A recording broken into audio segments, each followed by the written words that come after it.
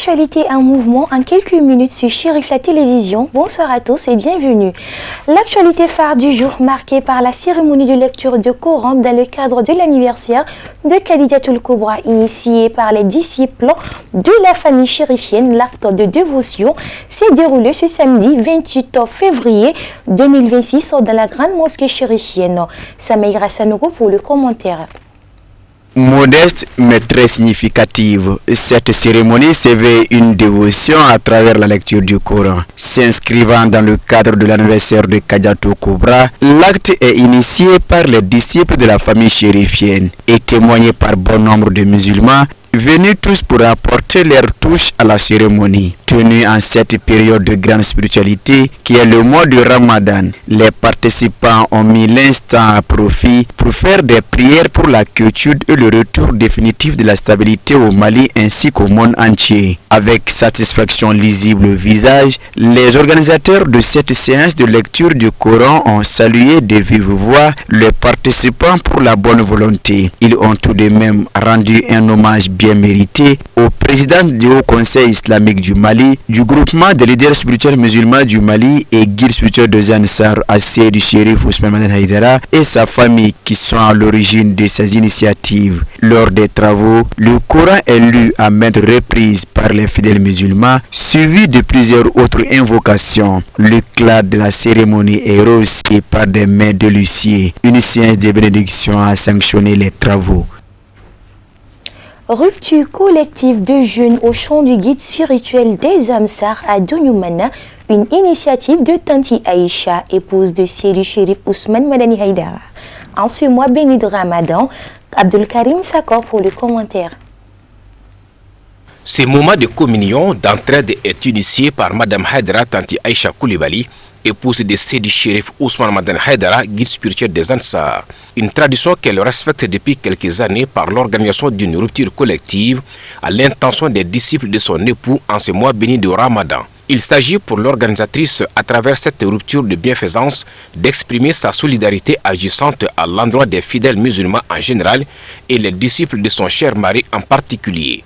Tout en saluant la bonne volonté de Madame Haïdara Tanti Aïcha Koulibaly pour ces gestes humains, les fidèles n'ont pas manqué de rendre hommage à son époux, instigateur de ces actes de bienfaisance envers l'humanité. Vraiment, on est très content parce que c'est pas la première fois qu'elle fait ça et Inch'Allah, je sais encore que ça ne sera pas une dernière fois, mais tout le monde est content ici ce soir, vraiment tout le monde. Qu'elle fait ça à cause de Dieu, c'est grâce à Dieu qu'elle fait ça, pour les gens. Il faut qu'on soit comme elle, surtout nous les femmes, nous les enfants aussi. Il faut que tout le temps, quand on voit des bonnes choses, on n'a qu'à faire la même chose comme elle. Et en même temps, je salue tous les trois tantis, vraiment, tanti Fatima, tanti Zara et tanti Alima, vraiment. Elle organise cette rupture collective pour donner à manger aux talibs. On voit qu'à Bamako, on a toutes sortes de nourriture à manger, mais par contre, à Donyumana et à Montroula, vous voyez que c'est différent.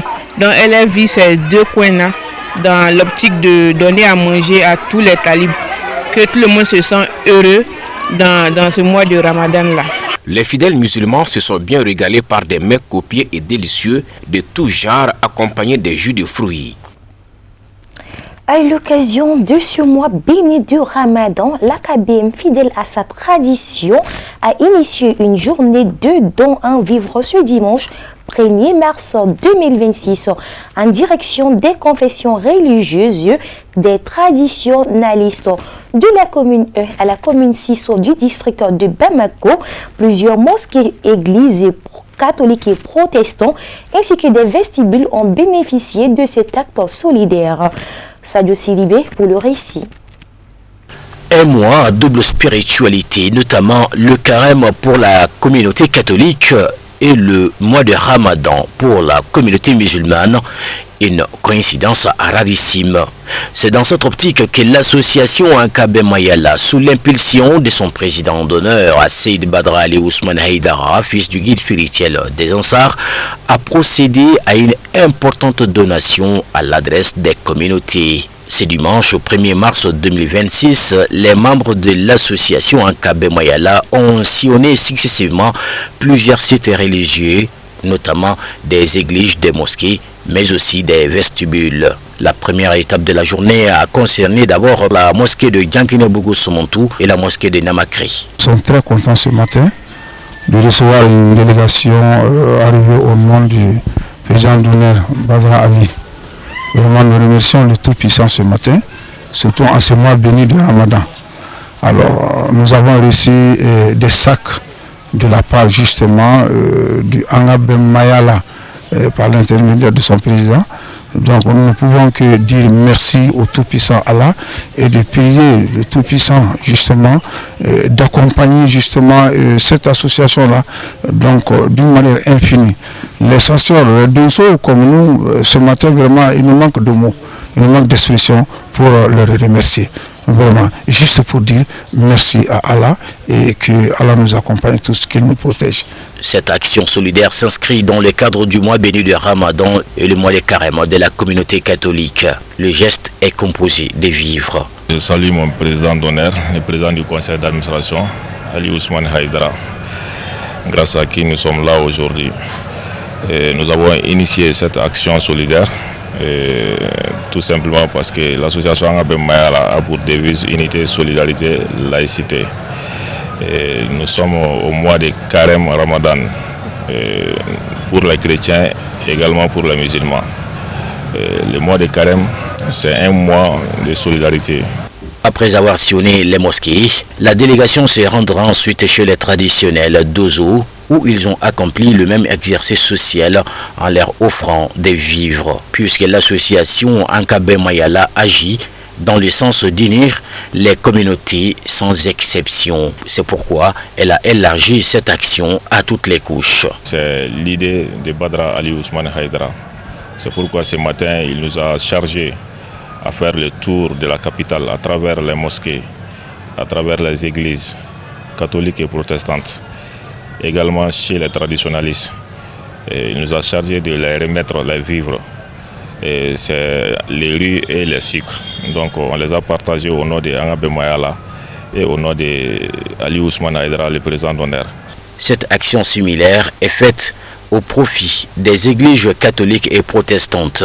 La délégation a fait don de vivres à l'église catholique de Banakabougou-Falaye et à l'église protestante de Torokorobougou. Ce périple se terminera par la grande mosquée de Bamako, où l'imam s'est fortement réjoui, tout en remerciant l'association Angabem Mayala pour cette belle action humanitaire et spirituelle. Pour aider quelqu'un, il faut l'aimer. Il faut l'aimer. Aime-toi. Le Seigneur nous a dit, autant tu t'aimes, il faut aimer les autres. Donc moi je vous ai aimé, il nous a dit, aimez-vous les uns les autres. C'est dans ce cadre que nous recevons des dons. Donc recevoir les dons, celui qui te donne à manger, qui te donne à boire, mais on ne peut rien lui reprocher. Donner à manger à quelqu'un, c'est vraiment combattre un fléau qui est là et qui est vraiment combattu par les différents gestes. Si dans le temps, les gens avaient compris cela, nous n'en serions pas là. Nous n'en serions pas là. Donc,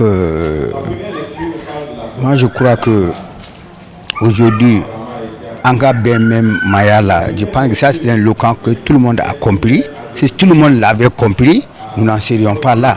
Si toutes ces guerres-là allaient cesser au Mali, surtout au Mali, les gens allaient mieux s'aimer, les gens allaient, telles que soient leurs différences. Je suis chrétien, je suis musulman, je suis ton... Les gens n'en tiendraient pas compte. Angabem Mayala, il y a tout là-dedans.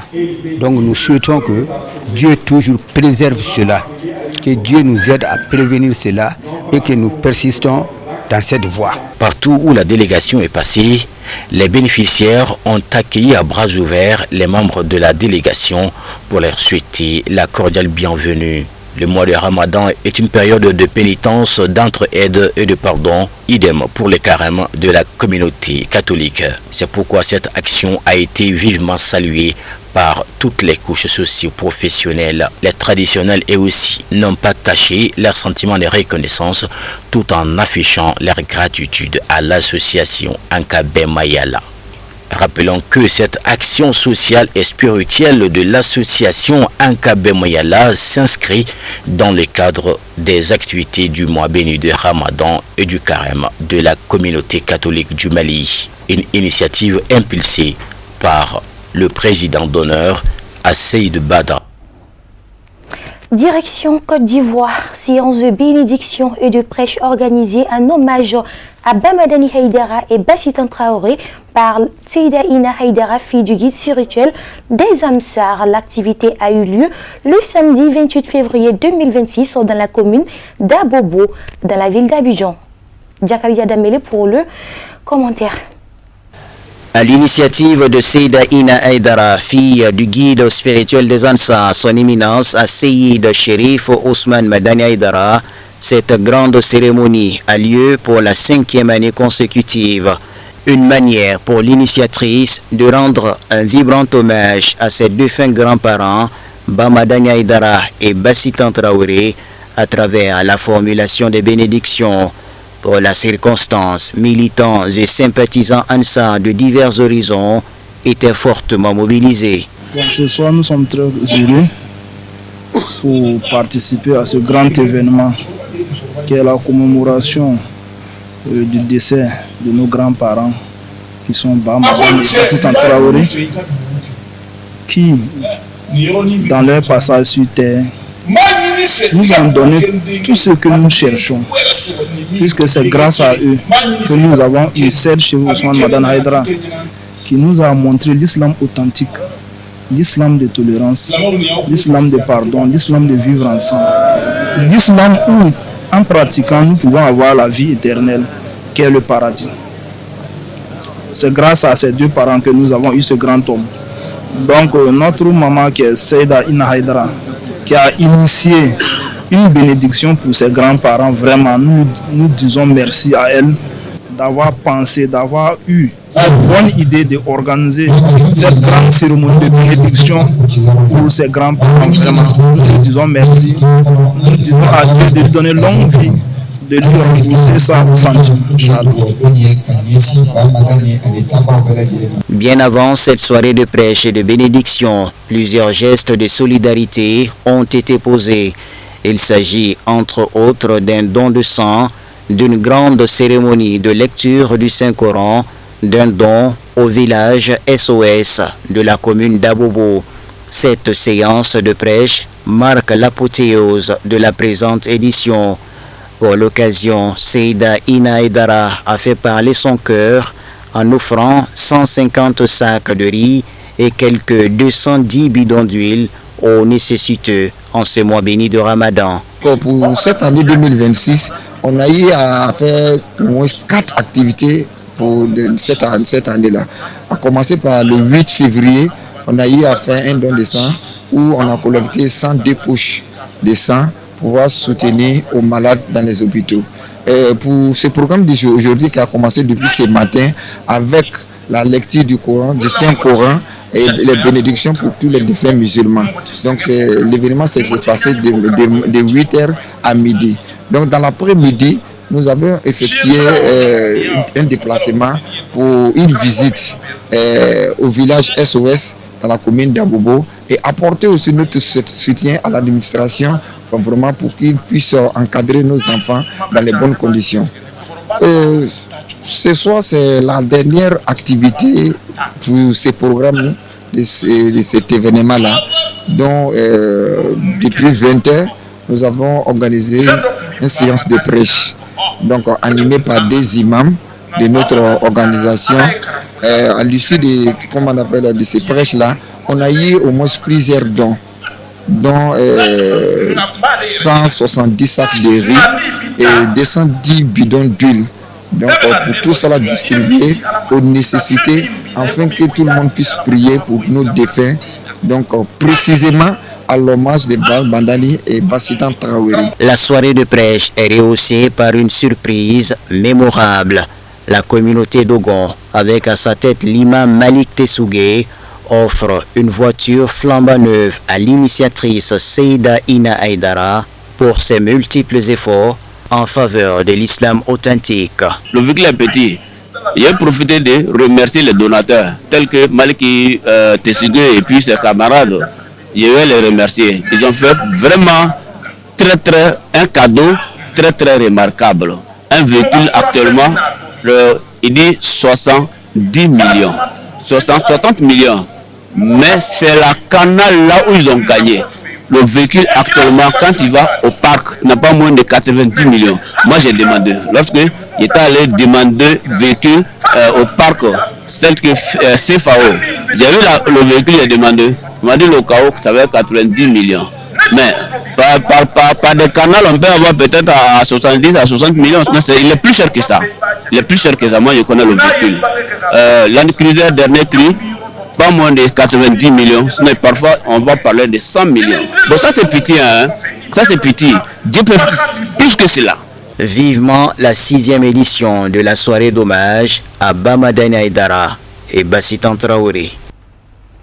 Amin Ya Rabbi, à présent voyons ce qui fait l'essentiel du tour du monde commenté par El Hadj Moussa Fomba.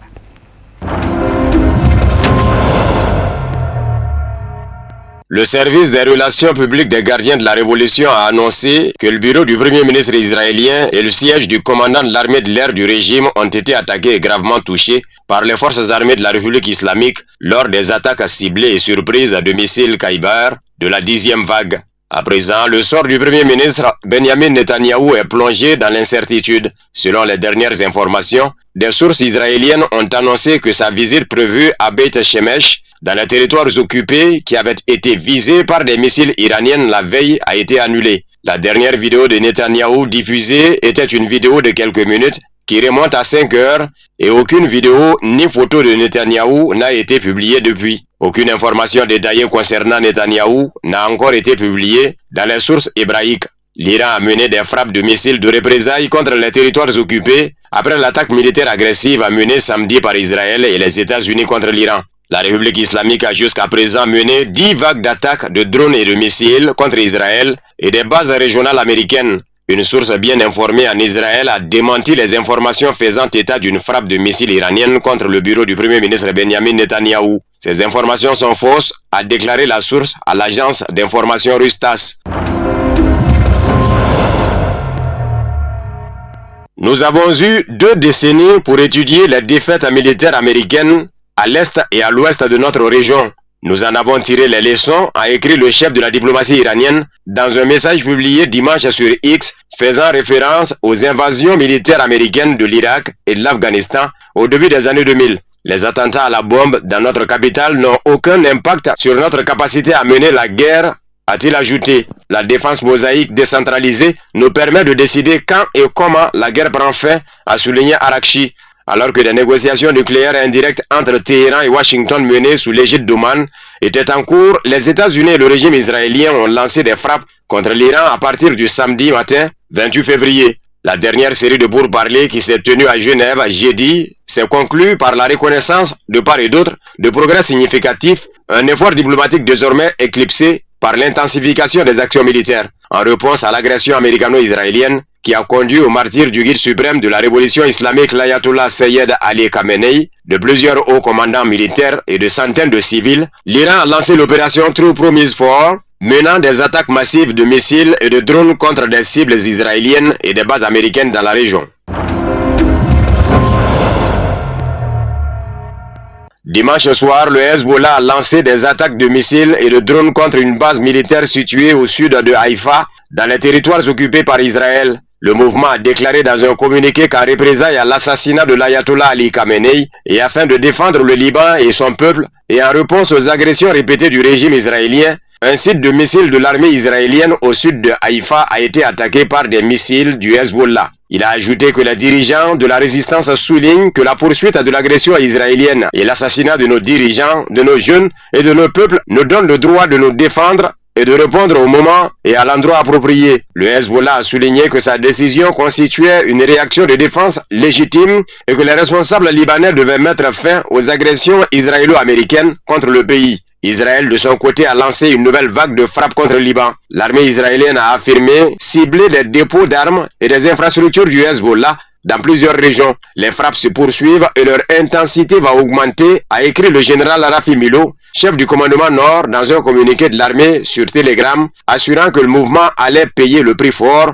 pour son soutien à Téhéran. Selon le ministère libanais de la Santé, 31 personnes ont été tuées et 149 blessées dans les frappes menées dans la banlieue sud de Beyrouth et dans le sud du pays.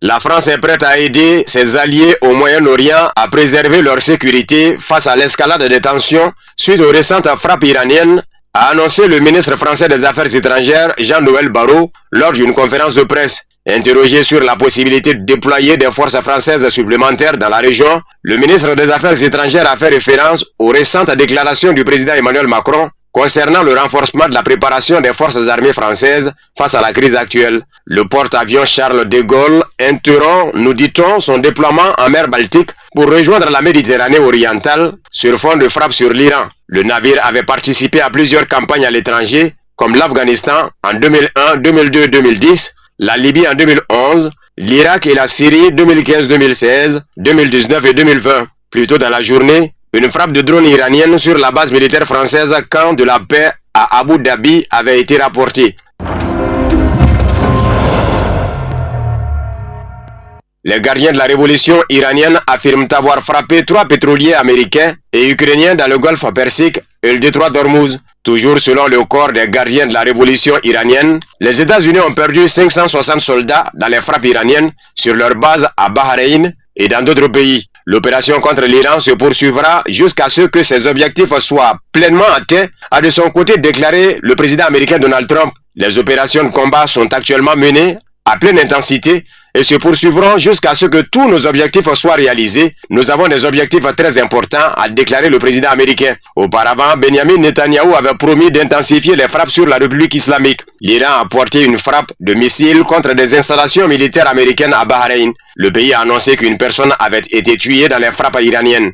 Un incendie s'est déclaré à bord d'un navire étranger dans la ville industrielle de Salman à la suite de la chute de débris provenant d'un missile intercepté. L'incendie a causé la mort d'un travailleur asiatique et de graves blessures à 2 autres, a indiqué le ministère de l'Intérieur en ajoutant que le feu avait été maîtrisé et éteint. Un responsable américain confirme qu'un F-15 au Koweït a été abattu accidentellement à la suite d'un tir amical. 3 F-15E Strike Eagle américains participant à l'opération se sont écrasés au-dessus du Koweït, assure un communiqué de l'armée américaine. Au cours de combats intenses, notamment des attaques d'avions iraniens, de missiles balistiques et de drones, les chasseurs de l'US Air Force ont été abattus par erreur par la défense aérienne koweïtienne. Le lancement de drones en direction de positions américaines et israéliennes dans une vidéo est publié par le corps des gardiens de la révolution islamique. L'Iran aurait attaqué des infrastructures pétrolières de la compagnie saoudienne Aramco. Un missile iranien est tombé directement à Ras Al Khaimah, aux Émirats arabes unis. Un pétrolier a également été attaqué au large des côtes d'Oman. Une explosion a provoqué un incendie tuant un membre d'équipage. Les systèmes anti-missiles et anti-drones américains n'ont pas été en mesure d'assurer la fermeture de l'espace aérien contre les frappes iraniennes, a déclaré à l'agence d'information russe TASS Alexandre Stepanov, expert militaire à l'Institut de droit et de sécurité nationale de l'Académie présidentielle russe, de l'économie nationale et de l'administration publique, RANEPA. Même les systèmes les plus avancés, y compris les systèmes anti-drones, les nombreuses stations radars, la dernière version des batteries patriotes et les systèmes de défense anti-missiles THAAD n'ont pas pu sécuriser l'espace aérien et remplir leurs fonctions et missions principales malgré des investissements de plusieurs milliards de dollars dans ces projets et leur déploiement au Moyen-Orient, a souligné l'expert. Il souligne également que la destruction de tout système ou une frappe contre une installation de haute technologie entraînerait la perte du personnel en charge de son fonctionnement, en l'occurrence du personnel militaire américain. Et le nombre de cibles touchées indique que ces pertes sont considérables, a déclaré Stepanov.